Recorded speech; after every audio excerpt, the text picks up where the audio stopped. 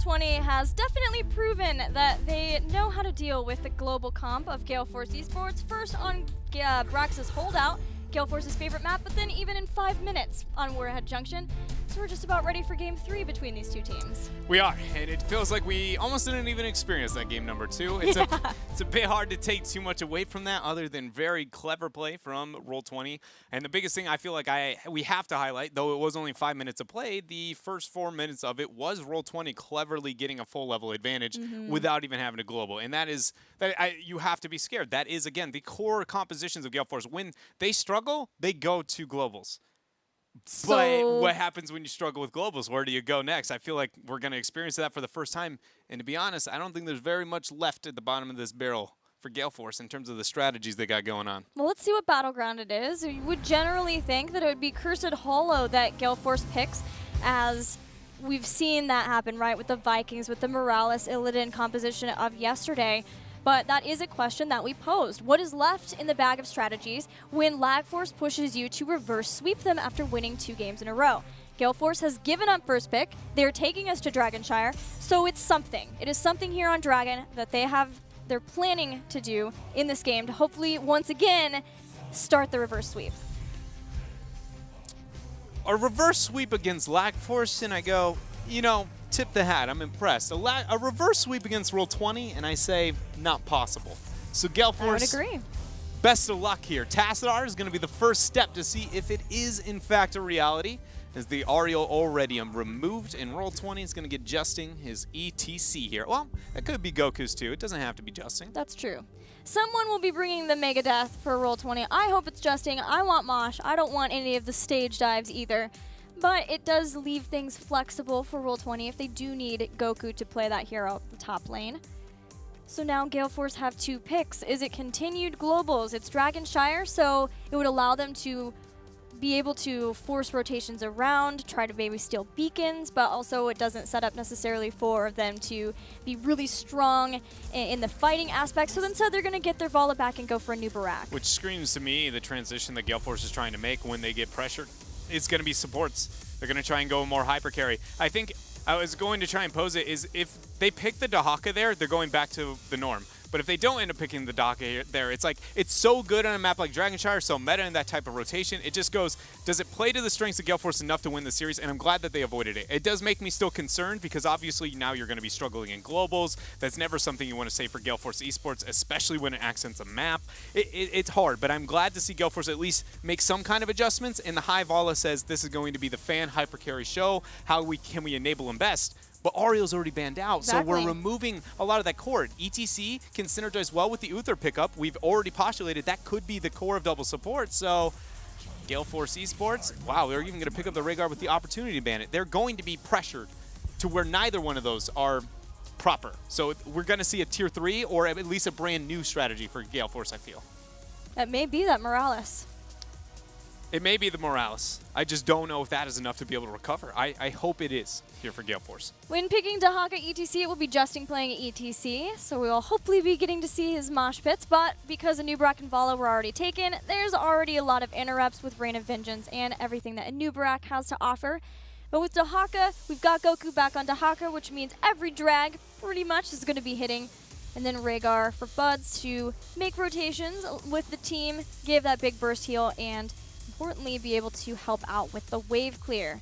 Gale Force is looking at Falstad. Roll20 has been playing a little more Falstad. They've been, especially on Dragonshire, picking heroes for Glaurung like Falstad or Zeratul that allow him to make a lot of clever ganks possible for the team. So Gale Force are at least going to say, you can't have Dahaka and Falstad. But it is a bit of a double-edged sword considering that Gale Force esports themselves traditionally like to have that Falstad. Also, the Falstad indicates that maybe there was interest in the Malthael into the mismatch laning of Malthael versus Dahaka for Goku up on top. So Roll20, I mean, they took almost no time to be like, blip, that one's off the battlefield here. And suddenly the top lane is now open territory. Do you put Mike Udall back onto an Illidan to be able to trade into that? That hasn't looked that successful. I'm going to be honest, I want something like the Leo, something new, something different that accents the map. We've seen other regions make it work. There's got to be a difference here for Gale Force, and it does feel like the Leoric has to be the direction they go.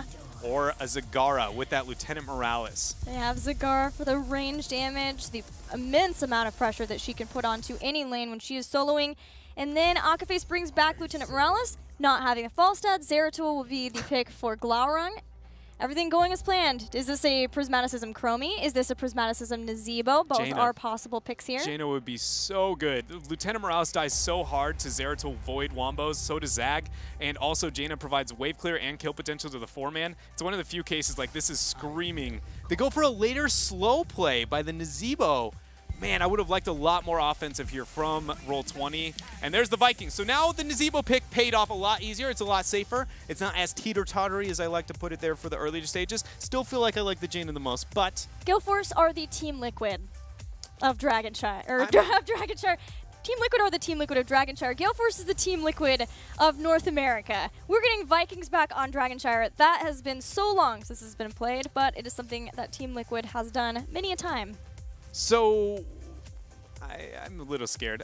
There's a lot to say on the Dragonshire Vikings Zeratul situation here. You are talking about Grim Task? Yeah, well, okay, so let's just start off because I feel like we've never had a Vikings on Dragonshire in North America, flat out. So if you don't watch Europe, you might not even know how this is going to be played. There's two different ways you can go for it. One is to kind of be the, the ever other traditional Vikings play where you go, well, you go here, well, I'm going to be annoying, capture the top shrine. Isn't that neat? Kind of global-esque and abusing that. The other is to be a tri-lane proxy solo top. Yep. And that is the most effective by far, and what I hope to see here for Gale Force. And so that is essentially Bela going beyond the fort, proxying. The other one, Eric is capturing always up on top, while Olaf is just kind of skirmishing around, and you are just essentially making that top laner, if he doesn't have wave clear, lose so much pressure, and you never gain the top shrine.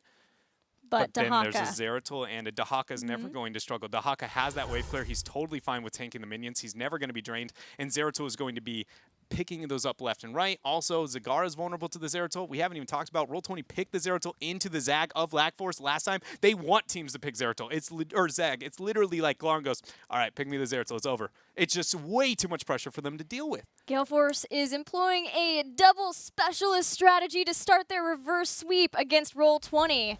We'll see if it works out. Here they are in the blue, Gale Force. Mike's going to be playing the Zagara. Not sure if you got to see yesterday, but it's K1 Pro who now plays Vikings for Gale Force esports. I was sitting at home, and when I saw, the fact that K1 Pro was in fact not, or was on the, was on the Vikings, man. Cut that one, guys. Jesus.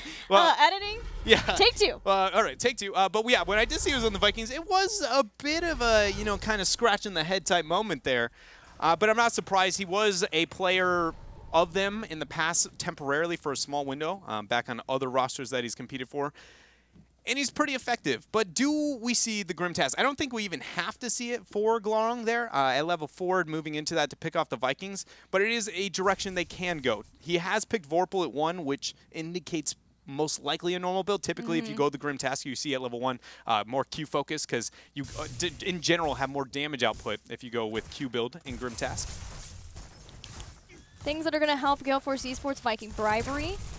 Clear has indicated that Akaface is probably going to be, it already gives some cooldown reduction once he finishes, or once he gets 15 of the 30 heroes necessary for the full quest done. But he's not going to have that for quite a while, and already Roll20 is trying to get a pick on that Lieutenant Morales. Goku comes in, Justing is there, first blood for Roll20. Very effective job from Roll20, and as long as they can find a way to dismantle the pressure of this 4-man consistently like this game will get out of hand very, very quickly. It is important that Gale Force is not only ahead in the early game, they are destructive for the first couple of minutes of this match, and to fall behind in this and see Roll20 controlling the laning phase is legitimately the exact opposite purpose of the composition Gale Force has drafted. Zag and Vikings are known to be lane bullies here. Later on, Akaface can get even more grenades with Second Opinion as cooldown reduction. That's going to help a lot once Zeratul peeks his head into teamfights. But that's a long way from now, level 13. And meanwhile, Gale Force is splitting up the Vikings. One is hanging out with Zagara in the top lane versus a Dahaka. And Roll20 is keeping Zeratul in the mid just to clear out when he can, and then rotate back around to see where he can get some picks and help out. But Gale Force esports keeping up, being a little bit ahead in experience at least. I just find it kind of interesting, the fact that Gale Force esports find themselves in a situation to where they have to commit one of the Vikings to top lane. It does seem just like a bit kind of, out of place. Agreed. Traditionally, Zag came into the meta because she was a direct counter to the top lane of Dahaka. It was a straight laning mismatch where Dahaka just couldn't hold his own, and she would win that almost 80 to 90% of the time. Does Eric's commitment for the extra 10% really separate the loss that he might have in other lanes here for Gale Force esports? It's looking like the answer so far is yes, as Vikings do end up getting this first Dragonite. I had wondered if maybe it was respect, super deletion from Bola. I wondered if it was maybe respect for Goku's Dahaka. Maybe Michael Udall just wanting to have the little bit of extra damage in the top lane. Now it is going to come in handy because Zagara and Eric are staying in the top. Zeratol and Dahaka starting to get back in there. And Zagara is going to leave, but Glaurung sees this. And He she's slowed it down manaless. enough. Singularity Spike does slow. If he had the intent to get the kill there, he would have teleported to be able to get the body block earlier. I feels like definitely was a bit timid over trying to get that kill, but applying the pressure here.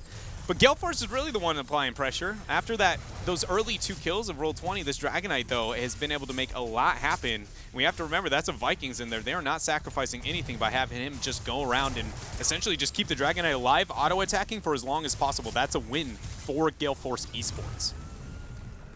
Lots of structural damage done to towers. Prismaticism is going to do what he can to slow that down with his zombie walls.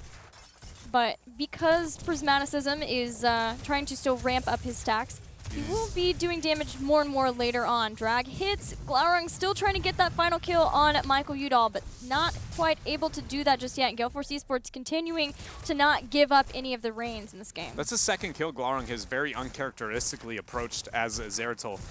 Glaurung, I mean, let's be real here, is one of the best Zeratols in North America, if not the best. And he has given essentially clinic on top of clinic on how to approach specific team fights. But the fact that Singularity Spike is coming out after the fact and not looking to improvise on getting the slow as fast as possible, it just seems like things aren't kind of going to plan yet he is just now breaking 7 Seeker, and the Dark's going to come online. Zeratol is a much more lethal hero at this mark. It just seems very unlike him. I am concerned now for Roll20, seeing him on such a key hero and not making the big plays like we normally see. It's a cool change up in Prismaticism build. I asked him about Pandemic, the Toad talent that he took at 1 last time, and he said it's just really, really good versus melees, even if you still go into Spider build for the rest of the Nazebo. This time he's getting Dead Rush, so more damage on Zombie Wall, and the zombies will uproot and chase and do more damage after that. We'll see how it works out. I'm wondering if this means that we might get something like the Ring of Poison later on for Prismaticism, or if it's just a 1 talent change up again. Prismaticism, man, got to be one of the hardest to be able to predict those talents on top of. He's always comfortable getting that one-off, but then that's it. It's just the one-off, not like some of the more flexible players we have in NA that like to get real weird here with the builds.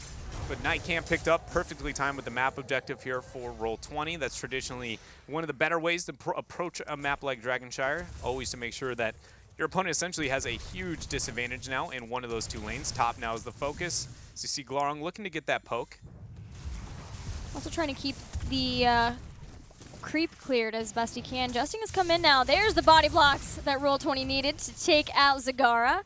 That gives some time for Roll20 in this top lane. They can clear out creep, take back that shrine. But in the bottom lane, Gale Force doing, again, what they love to do, or at least what they are good at doing if they lose someone, which is try to take advantages elsewhere. They'll take out the well in the bottom lane and start doing some damage to the fort. And it's one of those situations where, yes, it looks like Gale Force is getting something, and they are making stuff happen on the map, but is it enough considering their composition? And to be frank, the double specialist right now, the answer does feel like no. They will be in a better position post-10 with the Zagara having the opportunity to have that global, but it's not still a huge lead by any means, because Zeratol and ETC and Dahaka all can get that trace, follow her around. She's not a huge major setback, and the play again is going to be picked up, meaning the teamfight phase is going to fall off for Gale Force as well. There's just, much like with Abathur compositions, Toronto compositions, Vikings provide a specific playstyle you have to meet to be successful, and I'm not sure that Gale Force has gotten enough on this map. Not just playing in, but Nidus Network too for Zagara. So yeah. A lot more constant pressure in multiple lanes everywhere at once, but rotations on Dragonshire, you can make them pretty quickly when you have somebody, especially like a Zeratol. Just being off the map is enough to threaten maybe a positioning of a Zagara or a positioning of someone else. So that is potentially going to be enough for Roll20 to be able to deal with this composition of Gale Force, especially because Roll20 are right in there with Gale Force and experience. So we'll see what they can make happen here. But Roll20, I expect to stagger some of those deaths, and now that the death timers have gotten longer, this is going to be the time where they get themselves a Dragon Knight. The first Dragon Knight went over to Gale Force because they have more bodies. They legitimately have 2 extra people to throw at the channeling aspect of this middle part and both of those shrines. So again, Roll20's ability to hold on to this game has been very impressive, and this is about the time where we can expect them to really pull ahead. But if Gale Force holds on, their composition, if it makes it post 20, it is, I mean, it is a devastating composition. Roll20 did get stage dive over Mosh Pit. Fan was holding on to his heroic ability just to see what that was going to get taken, and after seeing the stage dive, went ahead and got strafe. Glowering finds poor little Eric. Takes him down. It's going to be Mike versus Glowering on the bottom, but Mike has the advantage of, first of all, being Zagara in that 1v1, but also just trying to, or has a giant in that bottom lane and spotted out Glowering, so he couldn't get the jump on him. But now Dahaka is in the bottom lane. That'll help out Roll20 finally be able to get that beacon. Force the isolation there on bottom too. That's a pretty big cooldown that Roll20 may want for themselves. Bottom shrine is in their control. Do we see the brush shock attempt outward? I don't believe he used that to get to the bottom lane, did he? So he should have the opportunity to transfer up to the top lane if necessary. But it does look like Gale Force is now kind of, you know, changing the plan here, as they are now putting more emphasis towards the top lane rather than that of the bottom, feeling like they've achieved enough. And it's one of those situations where it's like the prioritization of the lane. Hold up here, the Void. Wow, Akaface is in a terrible position. Drag, stage dive, the damage is there. Does he have the opportunity to medevac? Nope, he dropped the stim before he survived. Doesn't even have that medevac. He's gone. The reveal of the cocoon, and Gale Force, or Roll20 just gets a pick and done. Yeah, Gale Force felt like they were trying to wear down Roll20 in rotations, make them back and forth everywhere until finally they find an opening, but it's Roll20 with stage dive who's able to force that first. Now, Vala's taken down, King Caffeine has to run back, and getting this shrine is great for Roll20, but for Gale Force, at least they have Zagara with Nidus Network, and they have the Vikings, so they've still been able to take the shrine in the bottom. All Gale Force is being able to do is make sure that Roll20 can't get a Dragon Knight. Yeah, it does feel like Gale Force esports kind of has reverted to this just very attempt to not lose the game with how they end up playing their laning situation. And you know, I kind of talk about that quite a bit, about compositions that do look like they hold their own longer than they do. But if you are honest with yourself, how effective are they into a game like this? Gale Force, again, they looks close, but this game is not very much. They need to find a situation to where they can team fight, or they need to continue this trend that they've managed to make happen for another, again, 7 levels. But that is 7 levels is a long ways away because, I mean, experience gets bigger, the levels get harder to obtain as time moves on. Glowering getting that W is the only reason he escapes this up on top. A little bit of a misplay there for Fan. Forcing Roll20 to continue going back and forth until Gale Force finds the opening. If they can, that might be the place where they could start to take down forts. And once they open up Dragonshire, once they take out the forts, then things get a lot rougher for Roll20. That's why we see Roll20 pushing as hard as they can, fighting to make sure that they're not losing these structures. Cocoon's been used. The isolation they want to stop it. They are not going to let this go. Cap, Burrow charges away. Void Prison dropped. Void Prison. Fan trying to do the damage outside of that, but Stage Dive and Goku on the other side. They're trying to focus the Morales as they normally would want to do. Nubarak goes down first. Goku still has the chase on Akaface. Can't walk to any shrub. The drag lands before the turret is there. Another kill. A Dragon Knight will soon to come here for Roll20. Unless these Vikings can be big enough of a problem. K1 Pro's Eric. Vikings, Zag, and Vala are all that is there available to stop Roll20 from getting a Dragon Knight. As long as he controls it, he's fine. He can hold on long enough now, I believe. We'll see. ETC's now there. He gets the drag. He's got to move to the shrub. He'll have the 20 movement speed. A little bit of body blocking, but face mount gets Fan away. But Michael Udall and Fan stop Roll20 from getting a Dragon Knight. It really, maybe 16 now will be better for Roll20 esports, but it does feel like Roll20, until they can get to a point where those respawn timers are really long, they had 2 kills, and then one of the Vikings down at least, and they still could not get the Dragon Knight. That's just how many bodies Gale Force esports has, and the mobility with the Vikings with play again. Oh, no, Buds! Okay, he got back. He got out. Eric went in. I'm sorry. He almost got the delay there. Whew. Almost went down. Tragic loss there up on bottom. Buds was willing to all in all 3 Vikings just by himself, take the 1 risk for death. And though it doesn't maybe mean that much to this game overall, it just shows Roll20 doesn't give up on anything, man. They're willing to take any ounce of an advantage that they can get. And right now they're finding it up on top as Fan is the first to fall. The cocoon is going to be revealed in a matter of seconds. And now we find ourselves with Gale Force just, again, staggering these deaths. But Gale Force took down the win fort. this. They got the fort at the bottom, but still going after Michael Udall, who throws out everything that he possibly can. Oh, he misclicked! Oh, no! Either that or he gave up. Oh, yeah, he saw Glaring. He's got this. Never mind. Oh, my goodness. He barely makes it in. Mikey Doll's right on out. Nope, Chuck Testa? He came back. Oh, no! Eric's there. Oh! He vorpaled back. Wait, here comes the rest of Roll20. Run, Mike, run! He's got the creep. Buds. He's kiting back. He's got the slow. There's the totem. Oh, he killed the totem. He had the Mutalisk. This was the strangest fight I've ever casted. Body block on Prismaticism coming up from Calf. That's 1 dead Nazebo there. No ice block. Oh, he still's got it up. Not gonna matter. Yeah, he's not in enough of safety. Okay. So what do we got here? 2 for 2, but it's the Vikings. I just am amazed that Zach came back out of that, and then he immediately voided. Just what was going on here? All right, where we do lie is Gale Force won that fight technically, considering they have still, they're outside of that 20 range. Olaf is now post 16, so he's a bit of a threat to deal with. The team fight is reasonable now for Gale Force esports. They've done it. Honestly, they have held on in that window that I didn't think they would be able to do so after that fight. Now that Nazebo's out for another 15, they're going to make that 20 window. And with that, they're going to be maybe too big of a problem, and we'll find ourselves with a game 4. K1 Pro's going to start the channel. Nobody here at all to stop him.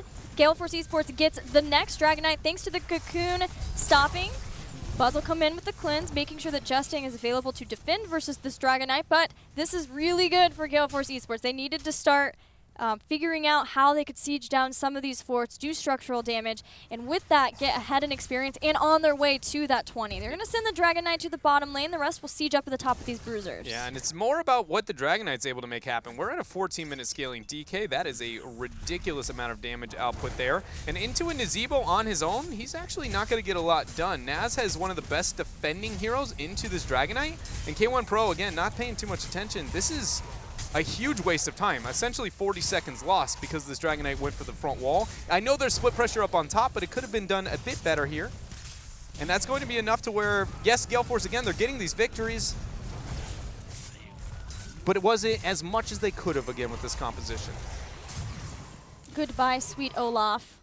Sweet, sweet Olaf. They did make work up on top, though. Yes, they got that fort down. There's only 1 fort left, and then this map will be so blue so fast for Gale Force.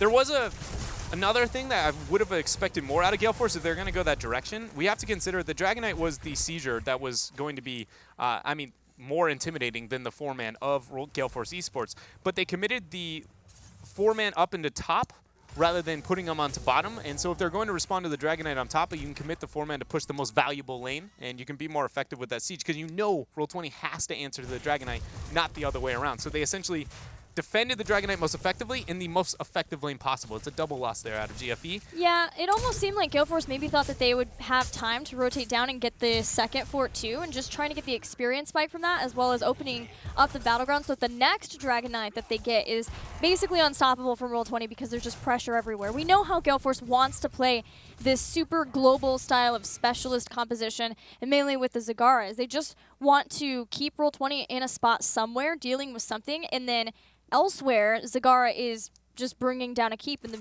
randomest time possible. One thing also with the draft, remember when we were talking about that last pick, the Naz, and going such a slow play style into the Zagara and the Lost Vikings here. Now a question that I don't necessarily have the answer to, we're going to find unfolding here. What's better, the oppressive laning of a double specialist post-20 or just Vile Infection alone? Is that enough to put them over the threshold, and is the team fight now of Nazebo just too devastating? I honestly don't know. I think it's Nazebo's too big of a problem, but only if Glaring can effectively start fights. And to be frank here, Glaring hasn't been making effective moves this game. The Zeratul has been unimpactful throughout all stages of the game. We'll take out a lone Baylog in the mid, but Gale Force once again now are setting up to see where they can get the pressure going with the comp. They do have endless creep that's going to help Zagara if she gets started chased down with Zeratul, as we've seen before. Hyperactivity, so more stem drones more often, and then checkpoint reach. That's an annoying comp now that 20 is here for Gale Force. The pressure of GFE is up towards top as the norm. Roll20 is up on bottom. K1 Pro's getting picked off left and right there. Those Vikings so hard to keep alive at this stage of the game. Good job for fans staying out of Goku's drag there. The pressure onto the bottom fort could pay off for Roll20, but it's not going to add up to the fact that Gale Force is applying pressure towards a keep up and top, so they need to be swift here with their decision making, and it looks like they'll do just that. They take out the bottom fort as Gale Force just rounds out that top keep. Zeratul's still getting the siege camp in the bottom too, and Nazeebo and Rhaegar aren't leaving yet. Justing did come back to help Goku. And this is a really hard place to siege. It's the death bridge. Yesterday we saw a point where Lag Force were willing to jump in on the death bridge and get a kill, but it was only because they had the slowing sands. They were going to get a guaranteed disengage. They do have King Caffeine, who can do exactly what he's doing right now, but a contagion hits multiple members, and with Fan going down right at the start of this, things don't look good for Gale Force as they try to escape. They're trying to escape. Akaface, though, is not going to make it out. Justing's knockback's the thing that seals the deal there, and again, no medevac. The Dragonite was picked up for Gale Force esports, but that's a Viking in it with nobody to siege behind it now as 2 members are dead for another 60 seconds. I'm going to be honest, Gilly, I'm flat tilted with the decision-making over the past 2 minutes for Gale Force esports. The split push up onto the top lane twice in a row, back-to-back with the ineffective laning, and then to sacrifice 2 people just for a Dragonite? I mean, I know things look grim, and that maybe they haven't been going to plan with this, but this is decision-making just backwards for Gale Force esports. Things in the world of shot calling seems to be falling apart. See how much this Dragonite can get done to the keep. Doesn't take it out. Gets about 2/3, but it is just a full-on sacrifice trying to take out the keep. And it's not there for Gale Force. All of the stuns, the control of Roll20, stop it there.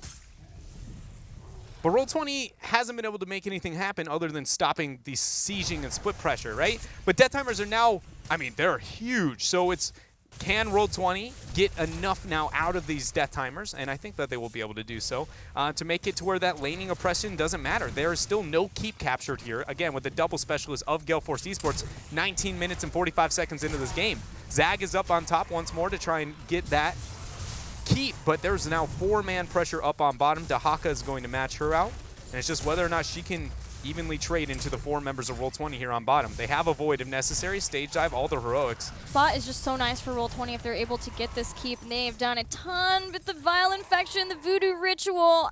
The keep ticks down, and it will live barely for now. Just one more setup.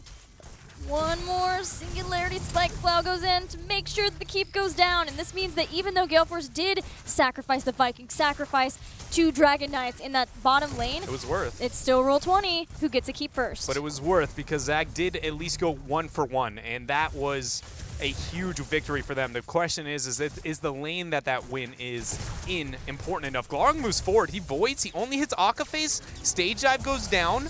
Justing's a kind of on an island. Buds, no Ancestral. He drops the cleanse. There goes on to Glarong. King Caffeine's diving in on top of all the members of Roll20, but Roll20 pretty survivable. Buds is the problem. The Vikings will bring him down at the cost of an Olaf and an Eric. Still, the Vikings are the ones to lose. They have checkpoint reached.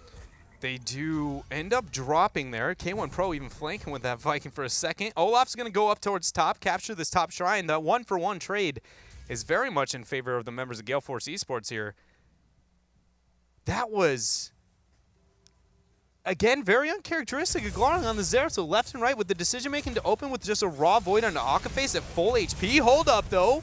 Oh, man, being able to burrow charge on that was the difference from, I mean, maybe life and death in this game if all King Caffeine goes down there. Yeah, the void was pretty far into the base of Gale Force. The follow-up Zombie Raw underneath it was really good, though. The problem was that King Caffeine's counter aggression, the way he burrow charged in, there was nobody. He was a wall by himself, basically. Again, counter-aggression as Goku comes in looking for Fan. There's a stim drone. Fan's going to be doing a lot of damage here, but it's Akaface who's in trouble. Long splits the focus over to Fan and ends up getting enough damage. Strafe goes down. Justing is quick to drop. 3 members of Gale Force are dead, but the death mosh is real. Landing on Dustin Nubarak. Isolation is used. And Roll20 find themselves another kill. Zag is the last man standing. Play again is there for the Vikings, if necessary, but Buds is now looking to round it up here on that Rhaegar, get the heals, and Roll20 is looking to march up towards this core. They've got Rhaegar running back into.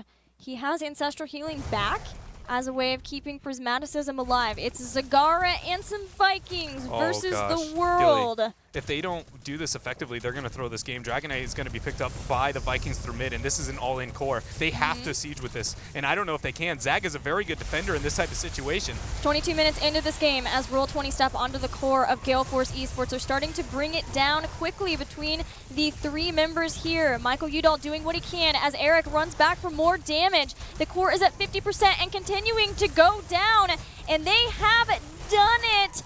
Roll20 takes down Gale Force in a decisive core call against all odds. All of the Vikings, all of the Zagara, Niduses, Banelings, everything. Roll20 3-0s Gale Force esports. Only game dropped by Roll20 so far out of every opponent that they have faced has been to even in death. And other than that, they have just been dominating here in the North American scene, now finding themselves at 18-1. That is just ridiculous. And honestly, I am so excited to see a team be as dominant as them so far here in part number 2. It makes me optimistic towards North America's chance moving forward, but still feel like there's room to improve, especially after these games. It did feel like Glowing was a bit off, even though the counter-aggression was there. I mean, just even how the ganks were approached by Glowing. It felt like, he's like, I haven't played Zeratul in a long while. He's been playing too many range or something.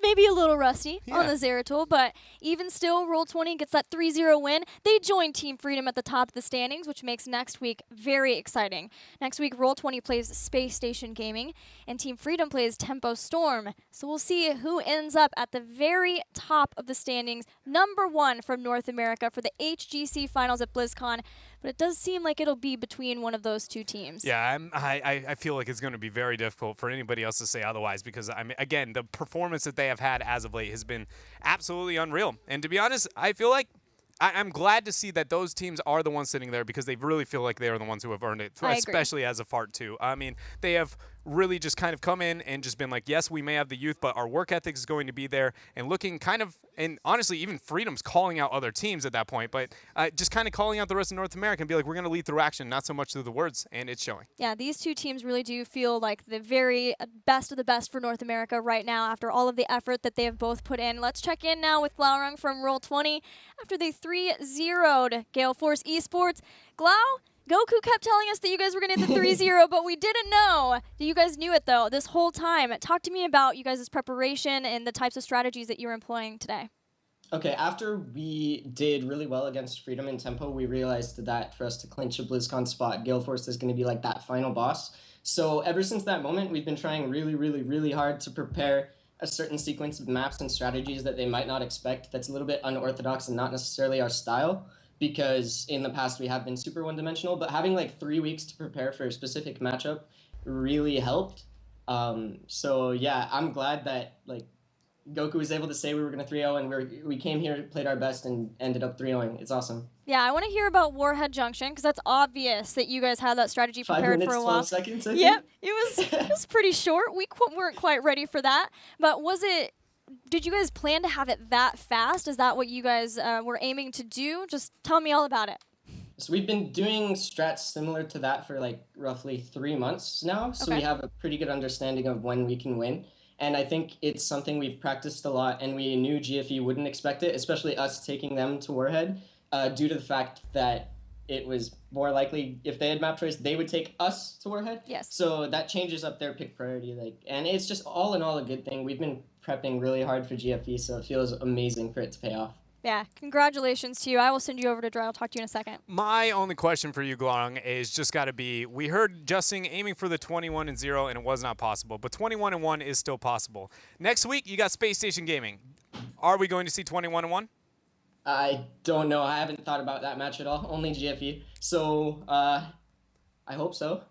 Okay, I'll take that. I Um, just wanted to see if you had the confidence to just be like, yeah, it's going to happen. yeah, it's gonna happen, Jed. I believe it now. I believe it. Thank you. Yeah, with a Very cool. performance like that, it's hard not to believe it. Before I let you give shout-outs, Gale, I want to hear what it would mean to you guys and to you to be able to go back to HGC finals at BlizzCon.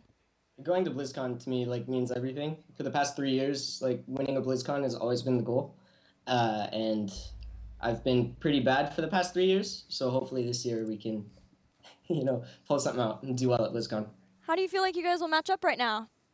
Right now, I think on the international stage, the two teams that like I've been paying attention to are, I mean, obviously Fnatic is really good. That's not one of the two that like have been the rising stars that I've been watching. It's Dignitas and MVP Black. L5, MVP, Dig, and Fnatic are like the scariest teams right now. But I think if we're able to practice versus them, we can reach their level.